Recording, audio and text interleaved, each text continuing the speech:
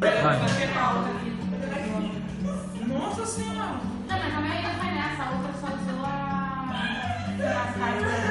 as cadinhas do lugar. Sem parabéns, meninos. Assim, cara. Pronto, minha boca está lambuzada já. From up here, the world seems small. We can sit together. For today's eye makeup look, I'm going to show you how to create this look using two eyeshadows. One for the lid and one for the crease. It's a super easy look, so let's get started. So I've already started by priming my eyelids with a little bit of primer.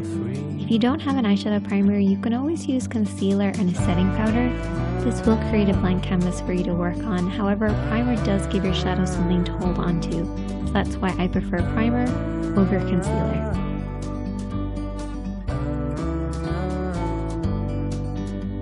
I'm first of all going to take that crease shade, which is a matte tone. And I'm going to take my blending brush. So you only need two brushes for this look, a blending brush and a flat brush. Starting with the blending brush, we're going to work this over and back into the crease of the eye. So the crease of the eye is where the eye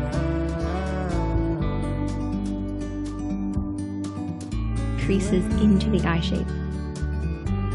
We're going to start on the outer corner and blend this over and back in this area.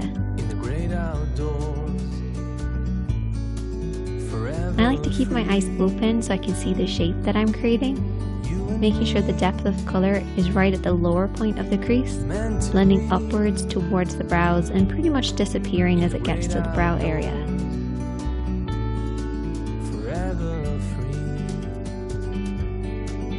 Take your time blending this over and back until you get the depth of color that you want.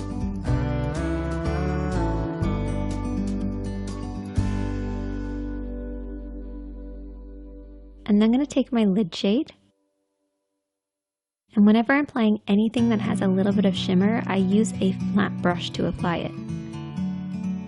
The reason I use a flat brush is it helps the shadow to glide on, particularly with metallics or anything with shimmer or glitter. Just helps them to really hold on to the lid and glide and create that nice glossy look. I'm just sitting here. You want to very slowly build this up, applying a little bit of shadow at a time until you get the depth of color that you want. You also want to pay close attention to the lash line because this is where you want the majority of the shadow to be, blending upwards until it reaches the crease. If you have harsh lines between your crease and your lid, take your brush and slowly smudge between the two. This will help them blend into one another, but don't be afraid to keep blending and applying a little bit as you go along. And I also took that lid shade and applied it underneath the eyes as well. I accidentally ended up applying liner. You might ask me, Sinead, how do you accidentally apply liner? It's because I had a little bit of eyeshadow on my lashes, went to remove it using liner, hit my lash line, and then ended up having to do a very thick line. It's a bit like that meme where you go to do a really thin line and it ends up super dramatic. It's basically what happened to me. Rather than cutting it out or starting again, I just thought, let's just embrace the mistake.